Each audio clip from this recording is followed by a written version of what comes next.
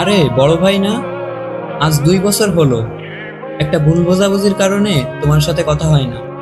আরে বড় ভাই শুধু ডাউল দিয়ে খাচ্ছে, কিন্তু মাংস কোথায়? যাই বড় ভাইয়ের জন্য মাংস অর্ডার করে আসি।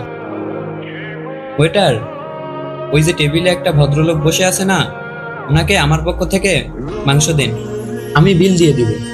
উনি জিজ্ঞাসা করলে বলবেন এটা আপনাদের হোটেলের পক্ষ থেকে দিয়েছেন। আচ্ছা ঠিক আছে।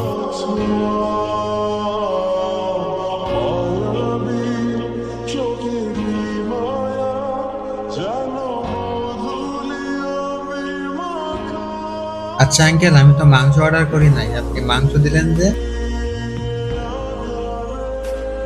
সমস্যা নেই স্যার, এটা আমাদের হোটেলের পক্ষ থেকে সবাইকে দেওয়া হচ্ছে।